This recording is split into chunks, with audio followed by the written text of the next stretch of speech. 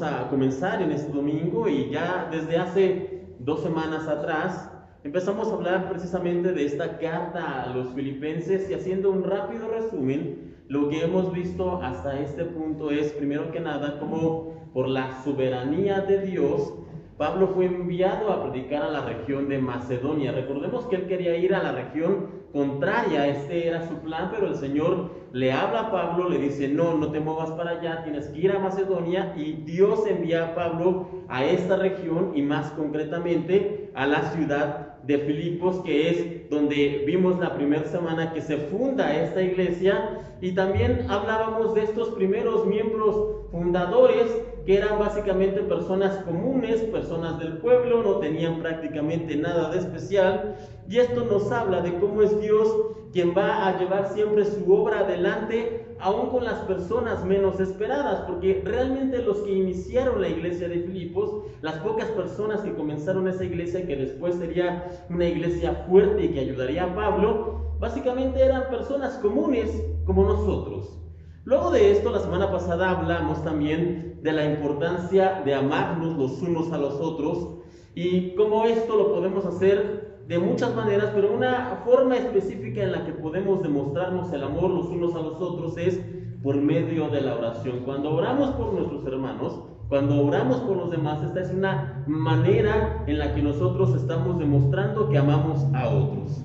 Y también la semana anterior mencionamos cómo nosotros podemos tener mejores oraciones, es decir, una oración mejor que va más allá de simplemente pedir por el bienestar o por la bendición o por algunas cosas generales que muchas veces oramos por los otros, y vimos cómo nosotros como creyentes podemos elevar, podemos mejorar nuestras oraciones. Hasta aquí el repaso de lo que hemos visto hasta el momento. Ahora bien, en esta mañana, hermanos, vamos a retomar un punto del que ya hablábamos al final de la predicación pasada y lo vamos a extender. Y para poder hacerlo, lo vamos a resumir en la siguiente frase: para nosotros, los creyentes, todas las cosas ayudan a bien.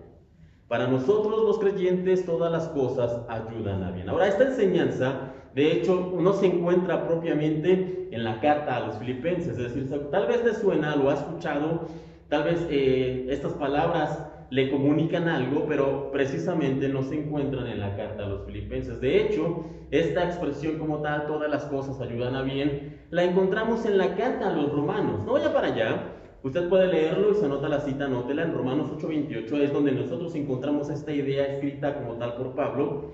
Romanos 8:28 dice, y sabemos que a los que aman a Dios, todas las cosas les ayudan a bien, esto es, a los que conforme a su propósito son llamados. Aquí está la idea, aquí está el concepto. Sin embargo, hermanos, aunque estas palabras específicamente no las encontramos en Filipenses, que es la carta que estamos estudiando, esta idea o esta enseñanza es algo que Pablo hablaba constantemente, les enseñaba a las iglesias a las que iba, les enseñaba a las iglesias que visitaba, y no solamente Pablo lo enseñaba, sino, ¿sabe qué? Más importante que todo, Pablo lo enseñaba, pero también lo practicaba, lo vivía.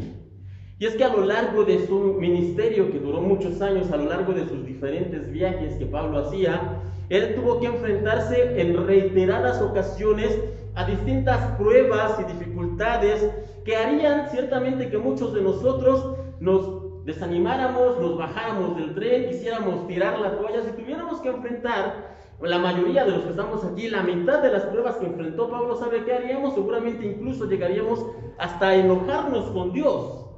Porque Pablo tuvo una vida y un ministerio bastante difícil, muy complicado. Permítame hacer un recuento, no yo, sino Pablo mismo. Pablo hace un recuento de todo lo que tuvo que vivir a lo largo de su ministerio. Es un recuento, de hecho, un tanto largo. ¿Por qué? Porque fueron muchas las cosas que tuvo que atravesar Pablo.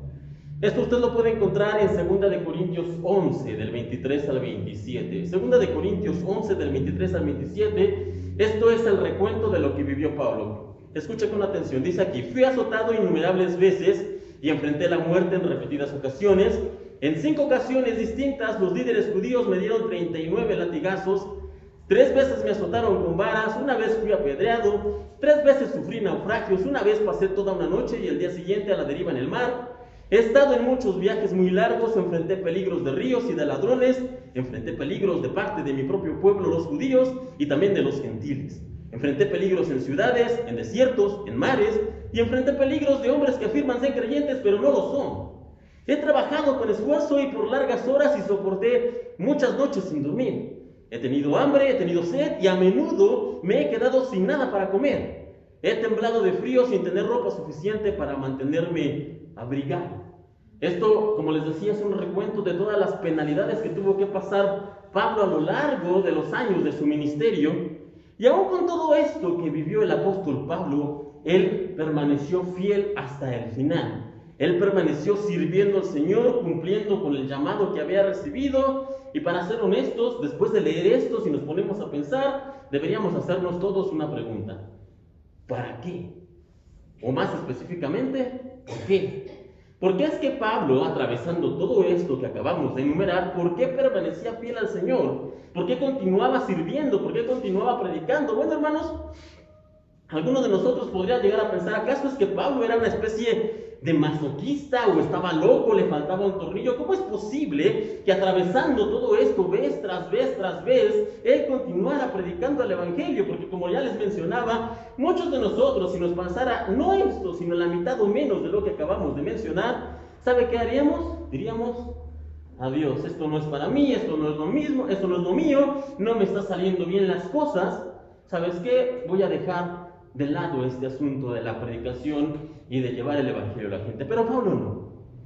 Y es que lo que sucede es que Pablo sabía, como ya mencionamos al principio del mensaje, que todas las cosas, aún las peores circunstancias de la vida, todas las cosas ayudan al propósito de Dios. Como les decía, Pablo sabía esto, Pablo enseñaba esto, pero también Pablo vivía esto. Todas las cosas ayudan al propósito de Dios.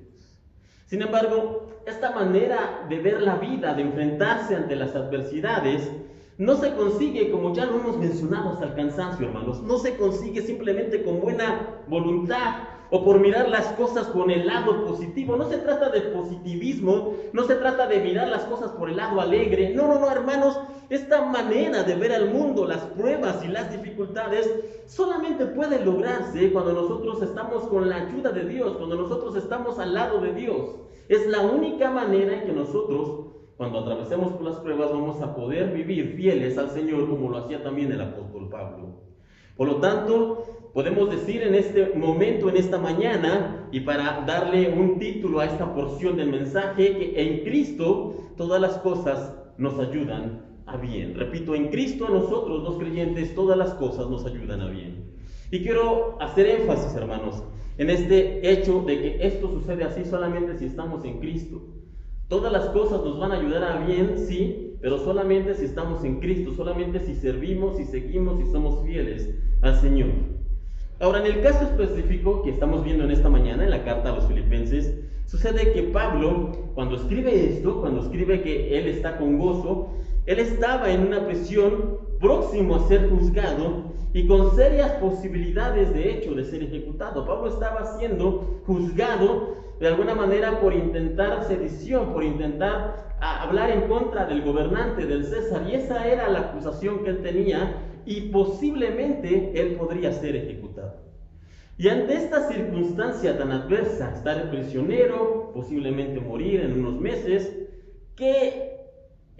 ¿cuál es la reacción más bien? ¿Cuál es la reacción de Pablo? ¿Cómo es que él está viviendo los que podrían ser posiblemente sus últimos meses de vida?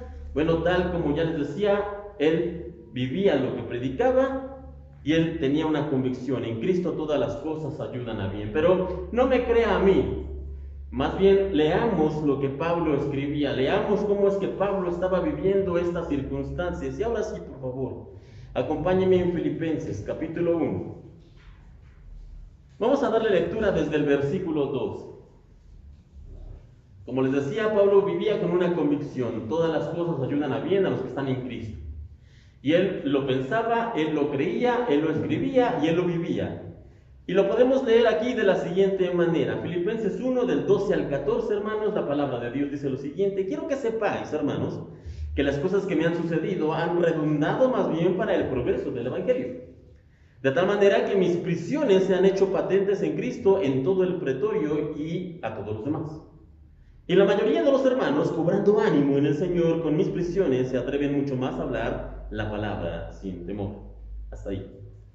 Pablo, por medio del Señor Jesucristo, está aquí en este punto seguro de que el hecho de estar encarcelado ha ayudado para bien y ha hecho que el Evangelio avance, y él realmente lo cree, está convencido de esto. Yo estoy en prisión y esto ha ayudado a que el Evangelio progrese. Esa es la convicción de Pablo, y él lo cree, y no solo lo cree, sino que lo vive e incluso lo escribe a la iglesia de Filipos. Sin embargo, hermanos, estas no son palabras vacías de un predicador loco que está a punto de ser ejecutado. Pues, ¿qué más te queda decir, Pablo? Que todas las cosas ayudan a bien. ¿Qué más te queda decir? No, Pablo, reitero, no es que lo crea simplemente porque está loquito, porque es un iluso, no. Pablo lo cree porque es verdad, y no solamente dice que todas las cosas ayudan a bien, sino que de hecho él da dos ejemplos de lo bueno que ha salido de su encarcelamiento. ¿Cuáles son las dos cosas buenas que han salido del hecho de que él esté en la cárcel? La primera dice: mis prisiones se han hecho patentes en Cristo en todo el pretorio. Esa es el primer beneficio que ve Pablo por estar en la cárcel. Y el segundo dice: y la mayoría de los hermanos, cobrando ánimo en el Señor por mis prisiones, se atreven mucho más a hablar la palabra sin temor. Vayamos por partes, hermanos. Y antes de revisar estos dos puntos, quiero darle un dato. ¿Sabe usted que la iglesia más grande en la época de Pablo y los apóstoles era la iglesia que se encontraba en Roma? Esta era la iglesia más grande, era la iglesia con más miembros. Pero ¿sabe cuál era la ciudad o cuál era la iglesia que Pablo, a pesar de que él quería visitarla, no había podido en todos sus viajes misioneros? La misma iglesia, la iglesia de Roma. La iglesia más grande era la iglesia a la que Pablo no había podido llegar. Él lo había intentado, él había puesto camino hacia allá en varias ocasiones, pero siempre por una u otra razón le era impedido llegar a Roma. Pablo no había podido llegar a Roma en ninguno de sus viajes misioneros. Así que uno de los anhelos de Pablo era precisamente poder ir y predicar la palabra en esta ciudad y a esta iglesia, la iglesia de Roma, pero todas estas circunstancias se lo habían impedido. Sin embargo, finalmente vemos aquí que su deseo fue cumplido, aunque no de la manera en que nosotros hubiéramos esperado.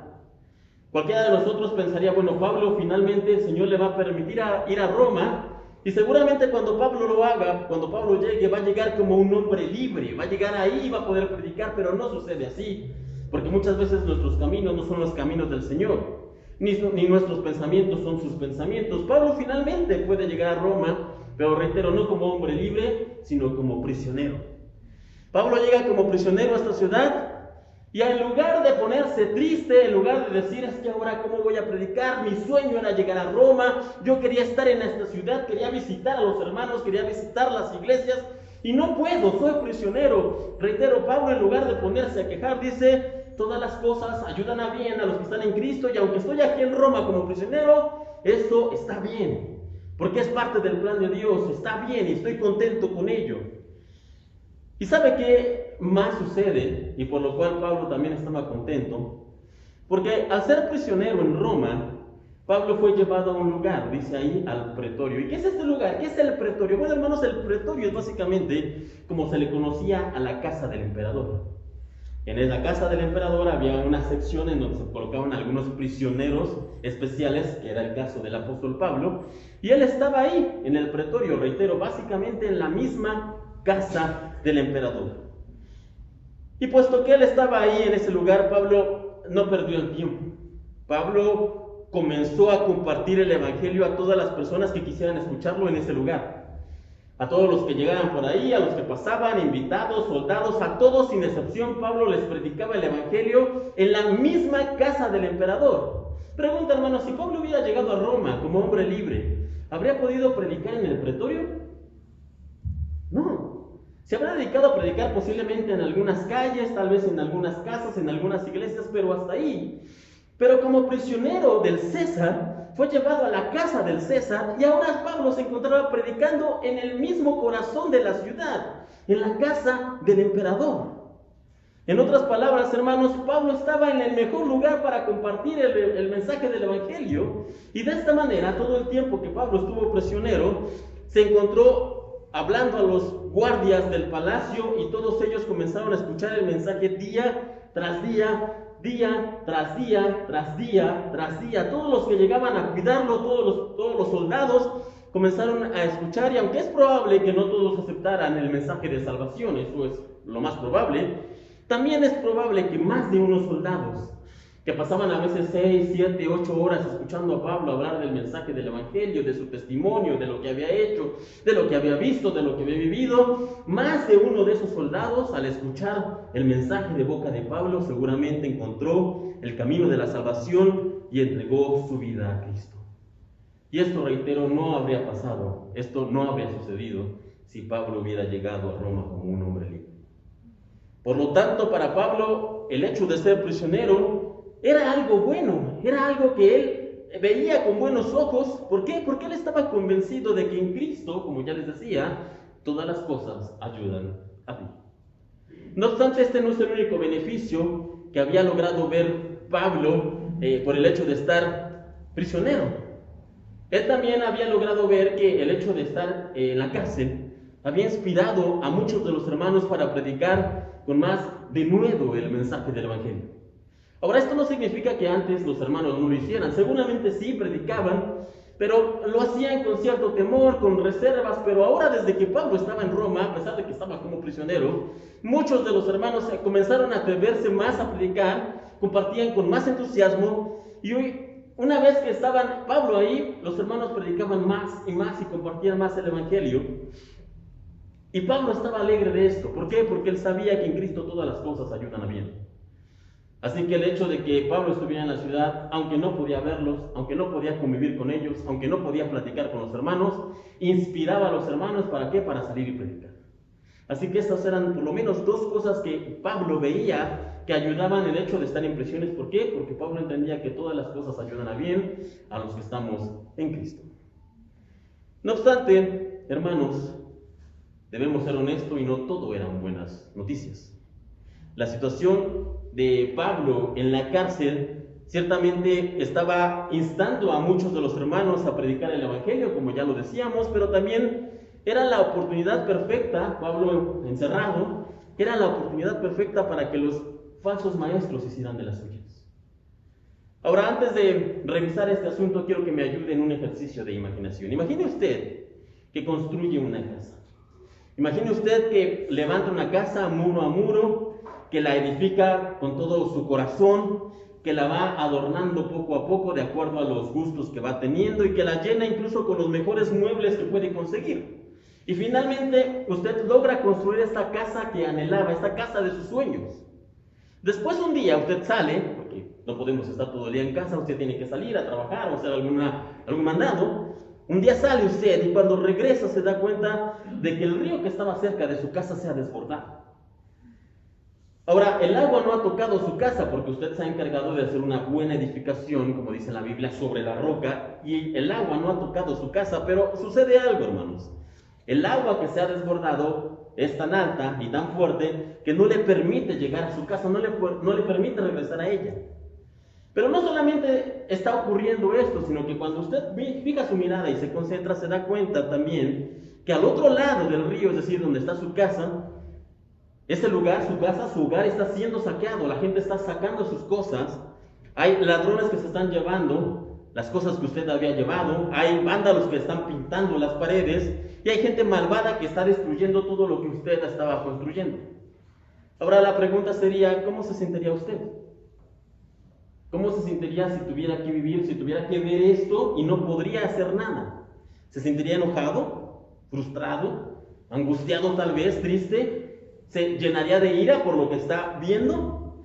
Bueno, regresando a Pablo, de hecho es lo que estaba ocurriendo exactamente con él. Esta situación que acabamos de describir es la situación que Pablo estaba viviendo día tras día cuando estaba en la prisión.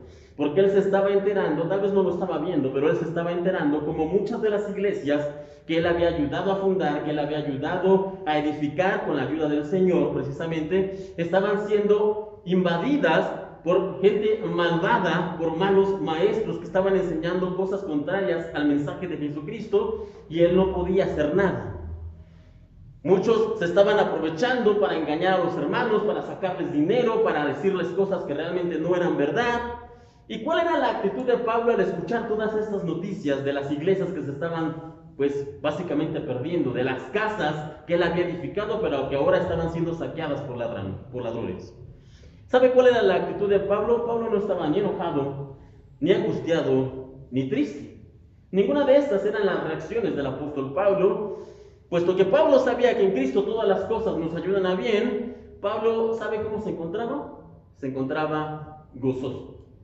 Ahora, podría ser una contradicción o no podríamos nosotros entenderlo, pero antes de comprender un poco más por qué se encontraba de esta manera, vayamos a ver precisamente de la propia letra de Pablo cómo es que él se encontraba gozoso. Acompáñeme, por favor, ahí en Filipenses 1.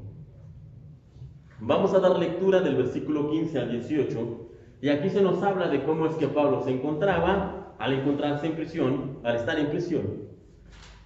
Filipenses 1 del 15 al 18 nosotros leemos lo siguiente: algunos a la verdad predican a Cristo por envidia y contienda, pero otros de buena voluntad.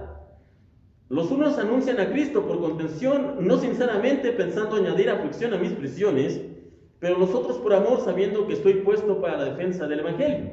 ¿Qué pues? Que no obstante, de todas maneras, o por pretexto, o por verdad, Cristo es anunciado, y en esto me gozo y me gozaré aún. Y por supuesto que Pablo se preocupaba, obviamente, por los falsos maestros. De hecho, hay muchas otras ocasiones en otras de sus cartas en donde él exhorta a los hermanos a no dejarse engañar por los falsos maestros y a combatir la falsa doctrina. Pero por encima de esto, Pablo sabía que la obra es del Señor, y cuando nosotros confiamos en Dios, cuando descansamos en Dios, nosotros podemos estar llenos de gozo aun cuando estemos en prisión. Podemos tener gozo aun a pesar de una sentencia de muerte que era casi segura para Pablo en esa ocasión. Podemos tener gozo aun con falsos maestros acechando a las iglesias. Podemos tener gozo en todo momento, podemos tener gozo siempre. Y esto, hermanos, de hecho es muy necesario que lo recordemos hoy en día. Que el Señor es un Señor que nos ha llamado a gozo a nosotros, sus hijos, a los cristianos. Es necesario que lo tengamos presente siempre, porque es probable, obviamente, que no nos encontremos en una prisión física como Pablo, si no nos hallamos aquí. Sin embargo, ¿qué hay de la prisión de la depresión? Hoy en día mucha gente vive así, vive deprimidos todo el día. ¿O qué hay de la prisión de la ansiedad? No sabemos lo que va a pasar y eso nos angustia, eso nos consume por dentro. Las deudas también pueden ser una prisión, hermanos. No nos dejan dormir en paz, no podemos estar tranquilos. Las constantes peleas en casa, eso también puede ser una prisión de donde queremos salir. La falta de estabilidad emocional, las cargas, los problemas, todo esto puede robarnos la energía, la fuerza e incluso la alegría y el gozo de la vida. No obstante, cuando nosotros estamos con Cristo, podemos tener gozo como el apóstol Pablo, sin importar las circunstancias. Pero una vez más surge esta pregunta que hemos estado haciendo reiteradamente en esta mañana, y esa pregunta es: ¿por qué? ¿Por qué si tenemos nosotros problemas o si tenemos cargas o dificultades, por qué deberíamos vivir con gozo? No tiene sentido. Los problemas son para preocuparnos, las cargas son para angustiarnos. Y si tenemos problemas, cargas, dificultades, presiones, entonces deberíamos vivir sin gozo. Pero el Señor dice lo contrario, dice: a pesar de tus problemas, de tus cargas, de tus enfermedades, de tu dolor, de tu angustia, tú debes estar gozoso. Y una vez más la pregunta es: ¿por qué? Bueno, permítame darle en esta mañana algunas pequeñas razones por las cuales nosotros podemos tener gozo en Cristo, aún en las peores circunstancias. El Señor es consciente de nuestras necesidades, hermanos. Él sabe cómo se encuentra usted en esta mañana. Dios sabe lo que necesitas. Dios conoce cómo está tu corazón. Él lo sabe. Y de hecho no solamente es consciente de lo que necesitamos, sino que Él está actuando desde ya para suplir esas necesidades, pero eso solamente sucede cuando confiamos en Él. Y para recordarnos esto, para recordarnos de que Él tiene cuidado de nosotros, Él nos da un ejemplo En el Evangelio de Lucas, no vaya para allá, pero si anotan las citas, anótenlas. Lucas, capítulo 12, perdón. Evangelio de Lucas, capítulo 12, en el versículo 22 y 24. El Señor estaba precisamente hablando a los discípulos acerca de la necesidad de confiar en el Señor. Y en Lucas 12, del 22 al 24, el Señor les dice lo siguiente: no os afanéis por vuestra vida, dice el Señor a los discípulos y en extensión a nosotros. No os afanéis por vuestra vida, ¿qué comeréis? Ni por el cuerpo, ¿qué vestiréis? La vida es más que la comida y el cuerpo es más que el vestido. Considerad a los cuervos que ni siembran, ni ciegan, que ni tienen despensa, ni granero, y Dios los alimenta.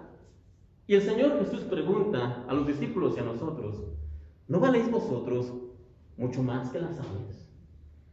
Aquí, hermanos, tenemos un montón de aves, de pájaros. Y justamente el día de ayer estábamos aquí sentados, mi esposa y yo, y estábamos viendo precisamente a los pájaros, cómo bajaban, cómo comían. Y recordaba parte de esto del mensaje, decía, ellos no han hecho nada para ganar su comida, no tienen un trabajo, no tienen un sueldo, no tienen realmente ninguna seguridad de que al bajar van a encontrar alimento, pero ellos bajan y el Señor se encarga de ellos, de aves tan insignificantes que pues muchas veces las vemos y a veces no. Y como el Señor pregunta, ¿no valéis ustedes mucho más que estas aves? Y si el Señor tiene cuidado de esas aves tan pequeñas e insignificantes, ¿acaso no tendrá también cuidado de nosotros que somos sus hijos? Hermanos, el Dios que cuida de las aves y que viste a la hierba, porque más adelante también está esta idea, y que sabe el número incluso exacto de cada uno de los cabellos que tenemos nosotros, este es el mismo Dios que cuida de nosotros. Por lo tanto, pregunto, hermanos, ¿hay realmente alguna razón para vivir preocupados, para poder perder el sueño, para no estar seguros y confiados en Él? ¿Hay realmente alguna razón? Y la respuesta es no. No hay ninguna razón para vivir con preocupación o angustiados o sin gozo. No hay ninguna razón.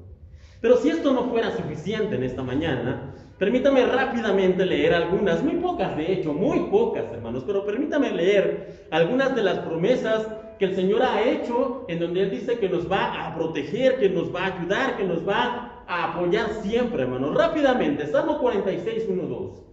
La palabra de Dios dice lo siguiente: Dios es nuestro amparo y fortaleza, nuestro pronto auxilio en las tribulaciones. Por tanto, no temeremos aunque la tierra sea removida y se traspasen los montes al corazón del mar.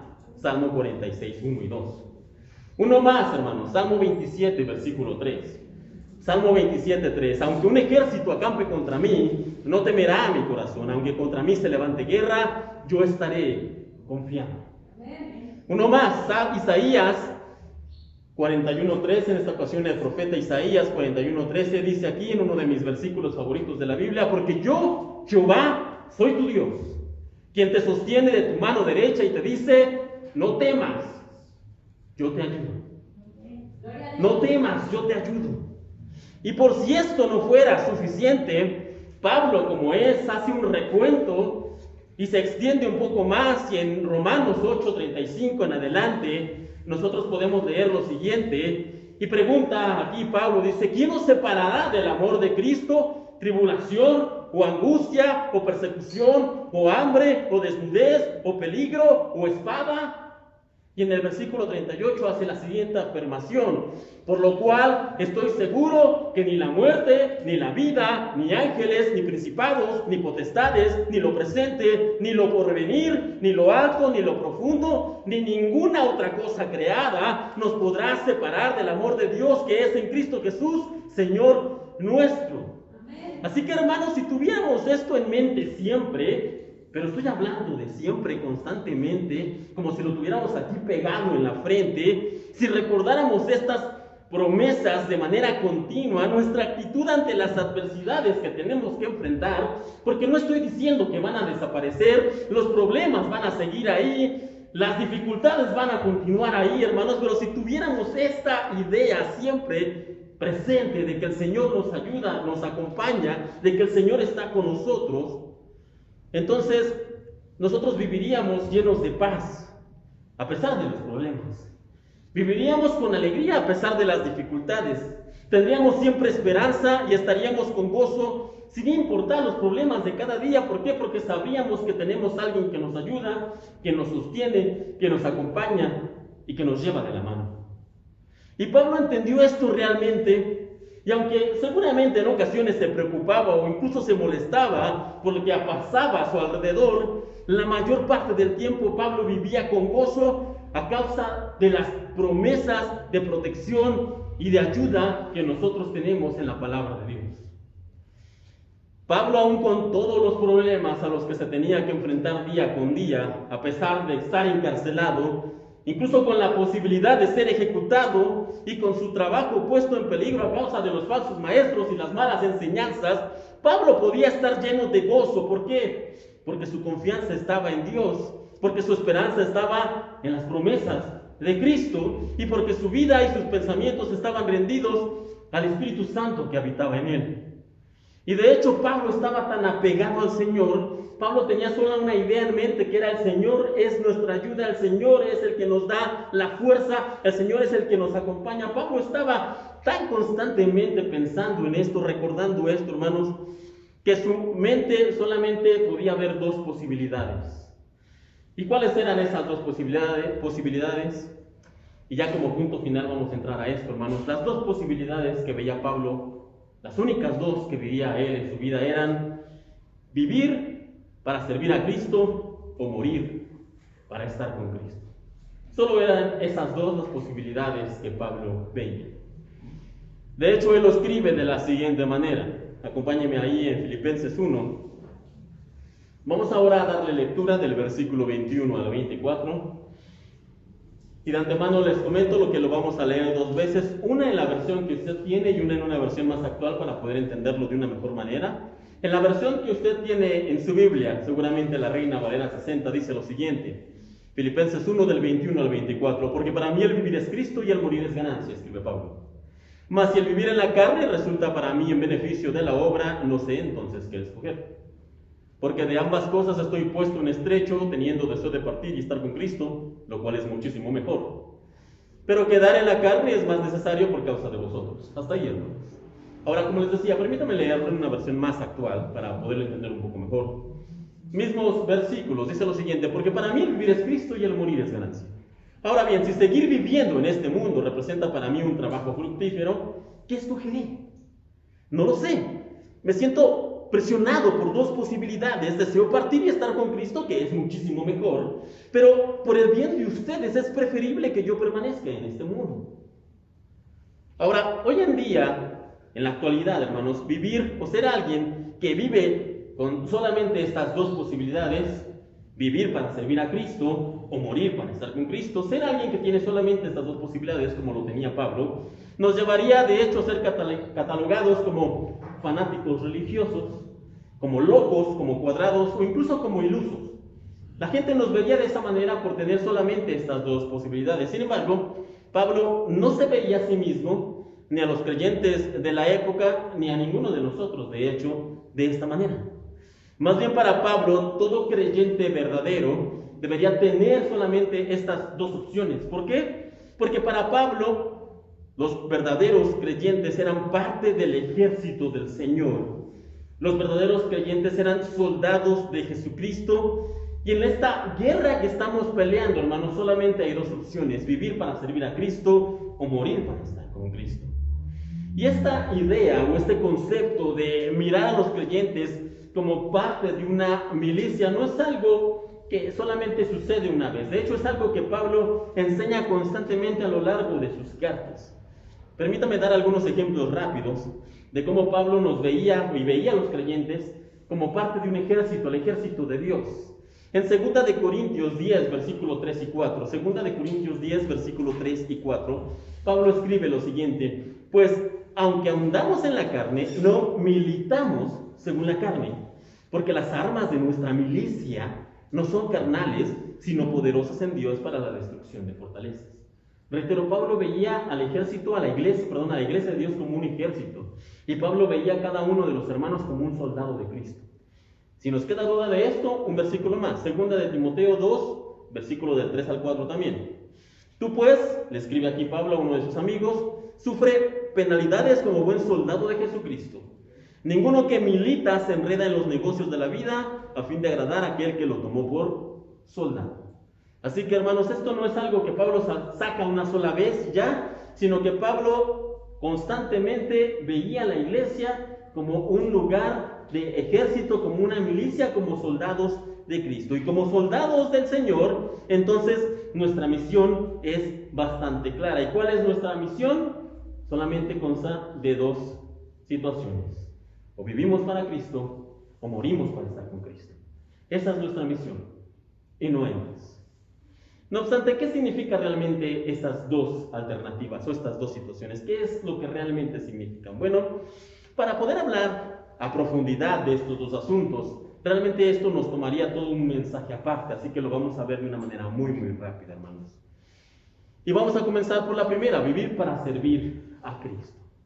Cuando nosotros aceptamos al Señor, debemos aceptarlo como nuestro Salvador y también como nuestro Señor. Lo aceptamos como nuestro Salvador porque por medio de la fe nosotros creemos que Él nos ha salvado. Por eso es que decimos que es nuestro Salvador, porque Él nos ha salvado de la condenación eterna. ¿Y cuál era la condenación eterna? El infierno. Esto era lo que nosotros merecíamos, el infierno. Pero Cristo nos salva del infierno, por eso es nuestro Salvador. Pero no solamente es nuestro Salvador, sino que también debemos aceptarlo como nuestro Señor. ¿Y qué significa esto? Como nuestro Señor, nosotros ahora debemos servirle, somos sus siervos, debemos hacer lo que Él nos ordene y debemos ser fieles a Él. Por eso es que decimos que es nuestro Salvador y que es nuestro Señor. Ahora bien, servir a Dios, hermanos, implica que nosotros debemos cumplir con su voluntad siempre. Sin embargo, esto, la gran mayoría del tiempo, es decir, hacer la voluntad de Dios, significará para nosotros que no podremos hacer lo que nosotros querramos, no vamos a hacer lo que nos plazca. Nuestros deseos, por naturaleza, generalmente sabe que son pecaminosos, es decir, son contrarios a Dios. Por lo tanto, debemos constantemente estar diciendo no a lo que queremos, a lo que nosotros deseamos, a nuestra naturaleza pecaminosa. Debemos decirle no. ¿Para qué? Para poder cumplir la voluntad de Dios. Esta es una lucha constante, esta es una pelea que vamos a tener no una vez, no dos veces, sino de manera continua, de manera constante en nuestra vida. Vamos a tener este enfrentamiento entre lo que yo quiero hacer, mi voluntad, o la voluntad de Dios, que es buena, agradable y perfecta. Y vamos a tener este enfrentamiento entre lo que queremos hacer y lo que Dios demanda que nosotros hagamos. Y nosotros debemos entender que esta lucha, reitero, es constante. Esto no va a ser solamente una vez, dos veces. Esto va a ser diario, todos los días. ¿Hasta cuándo? Hasta que nos muramos. Hasta que nos reunamos con el Señor, vamos a tener que luchar con esta naturaleza, con esta situación. Esto es lo que se conoce, hermanos, como hacer morir la carne, como de negarnos al pecado. ¿Y hasta qué punto tenemos que llegar en esta lucha, en esta batalla, hermanos, en la que enfrentamos nuestra voluntad en contra de la voluntad de Dios? Bueno, hasta el siguiente punto. Pablo también lo describe, se encarga Pablo de describir también esta lucha en Gálatas, la carta. Gálatas capítulo 2, versículo 20. Nuestra lucha en contra de nuestra voluntad tiene que llegar hasta este punto. Gálatas 2:20 dice: ahora con Cristo estoy juntamente crucificado, escribe aquí el apóstol Pablo, y ya no vivo yo, mas vive Cristo en mí.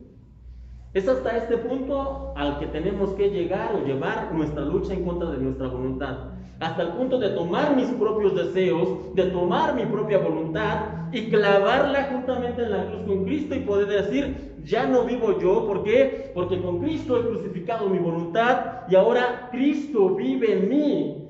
Y lo que vivo ahora lo vivo en Cristo. Y lo que hago ahora lo hago por Cristo. Y mi voluntad está sometida a Cristo. Y lo que hago lo hago para agradar al Señor. Hasta este punto es que nosotros tenemos que llevar esta lucha todos los días.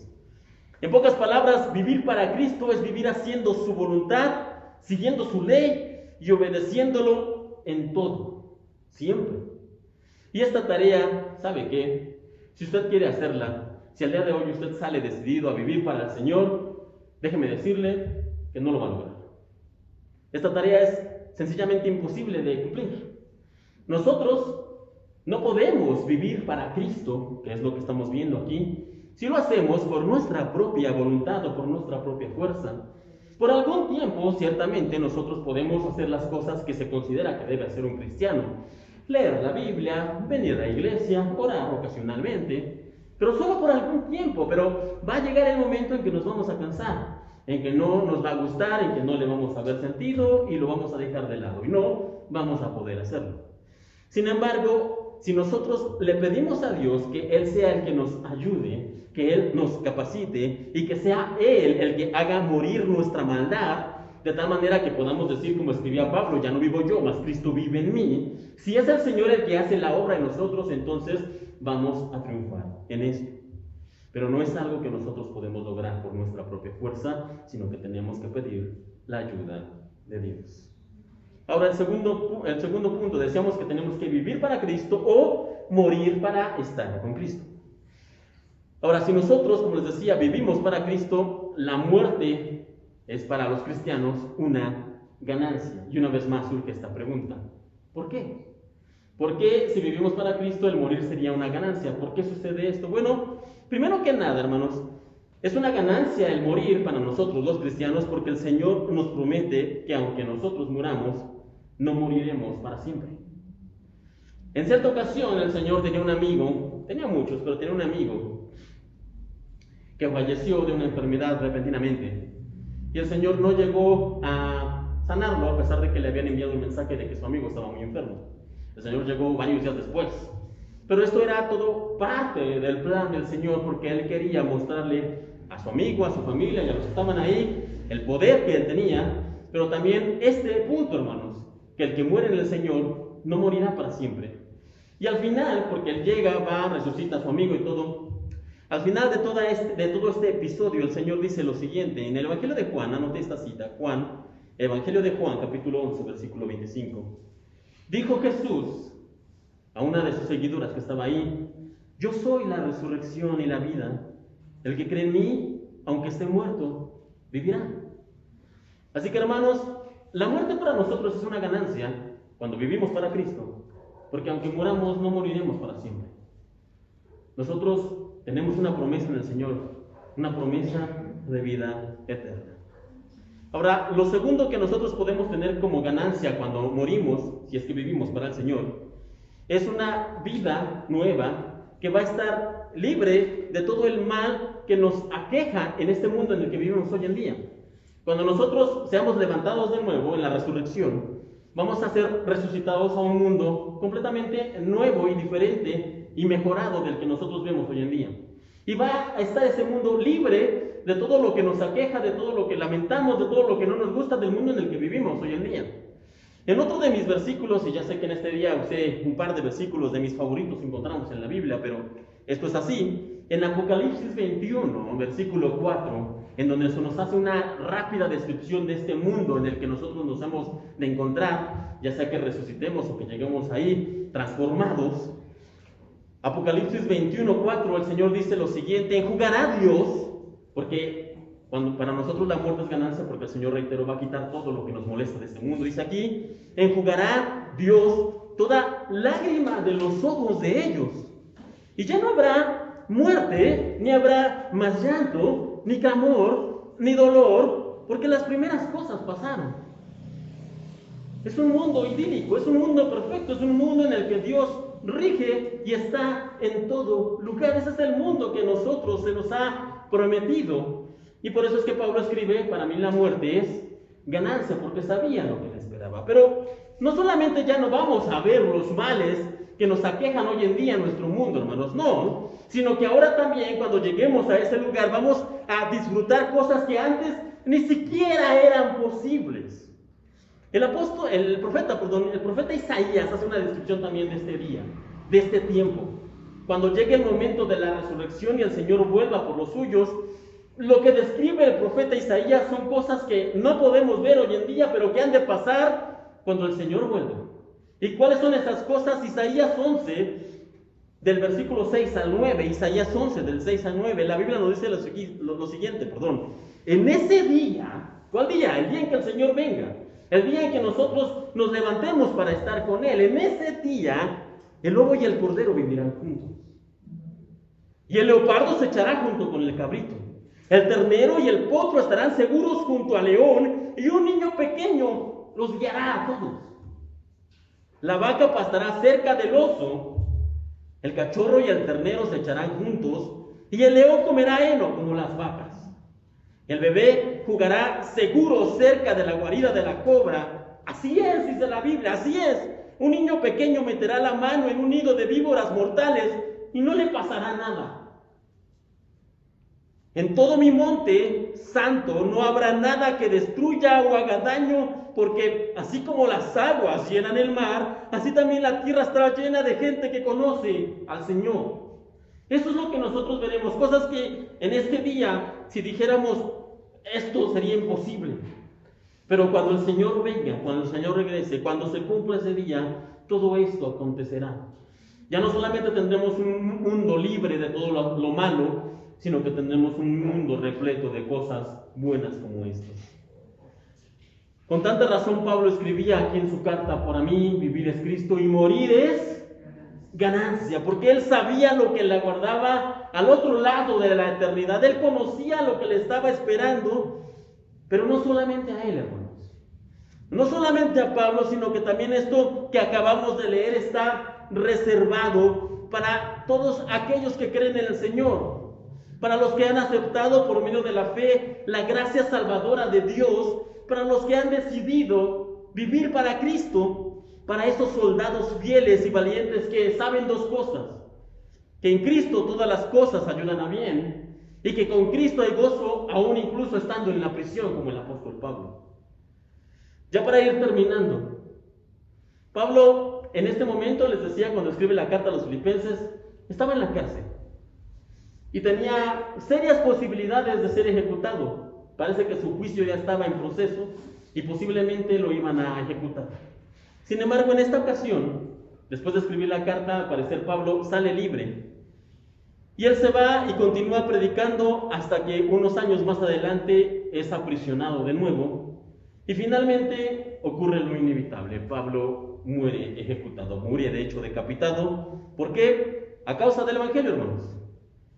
Pero él muere no para ser olvidado, no para ser echado simplemente en una fosa común, no. Pablo muere, como él creía, para finalmente poder reunirse con su Señor. Y Pablo fue un hombre, hermanos, que vivió efectivamente para servir a Cristo. Él viajó para poder llevar el mensaje del Evangelio. Él predicó cuando convenía y cuando no convenía, cuando lo escuchaban y cuando no lo escuchaban, cuando la gente aplaudía y cuando la gente le tiraba piedras. Pablo predicaba en todo lugar, en todo momento, incluso en el pretorio, como veíamos hoy en esta mañana. Pablo escribió a las iglesias con la intención de poder ayudarles, de poder enseñarles, de poder capacitarles. Y Pablo también sufría cuando se enteraba que algún hermano sufría cuando se enteraba que alguna iglesia estaba caminando mal. Pablo también sufrió, pero al final de cuentas, a resumidas cuentas más bien, Pablo fue un hombre que vivió para servir a Cristo. Pero también Pablo, llegado el momento, murió para estar con Cristo. Y hermanos, él no murió con tristeza, como pudiéramos nosotros pensar. Él no murió con desesperación, aunque bien podría haberlo hecho. ¿Sabe por qué? Porque cuando Pablo muere, ya al final en sus días, él mismo escribió una carta, una última carta antes de ser ejecutado. Y en esa carta, Pablo describe que había sido abandonado. Prácticamente todos, a excepción de unos cuantos, de un puñado que le alcanzaba los dedos de la mano para contarlo, todos los hermanos que lo habían acompañado, que lo habían ayudado, que él había instruido, todos los que él había visto básicamente crecer, todos lo habían abandonado. Pablo estaba solo. Y aunque, como les decía, él podría haber muerto con tristeza o desesperado, angustiado, desilusionado, Pablo no es así, hermano. Pablo vivía lo que predicaba, como decíamos ya al principio del mensaje. Y a pesar de todas estas dificultades, a pesar de estar en prisión, a pesar de la soledad, a pesar de la incertidumbre del futuro de las iglesias, porque él ya no iba a estar, a pesar de todo, Pablo escribe lo siguiente en su última carta, segunda de Timoteo, en el versículo 4, versículo 6 al 7. Segunda de Timoteo 4, del 6 al 7. Dice lo siguiente: porque yo, escribe Pablo, porque yo ya estoy para ser sacrificado, y el tiempo de mi partida está cercano. He peleado la buena batalla, he acabado la carrera, he guardado la fe. Por lo demás, me está guardada la corona de justicia, la cual me dará el Señor juez justo en aquel día, y no solo a mí, sino también a todos los que aman su venida. Hermanos, estas no son las palabras de un hombre triste. Estas no son las palabras de un hombre derrotado o que está lleno de angustia. No, hermanos, estas son las palabras de un hombre que está lleno de fe. De un hombre que está siendo sostenido por la esperanza gloriosa de una vida futura, y no cualquier vida futura. Una vida en la que él sabe que ya no habrá llanto, que ya no habrá muerte, que ya no habrá dolor, que el león y el cordero podrán estar juntos sin ningún problema, que los niños pequeños vivirán sin ningún peligro, en donde la alegría será nuestro pan de cada día y en donde el gozo nos llenará hasta arriba. Pablo sabe esto y por eso escribe estas palabras. Estas son las palabras de un hombre que está precisamente desde ya lleno de gozo, porque él sabe que en Cristo, en su Señor, todas las cosas ayudan a bien.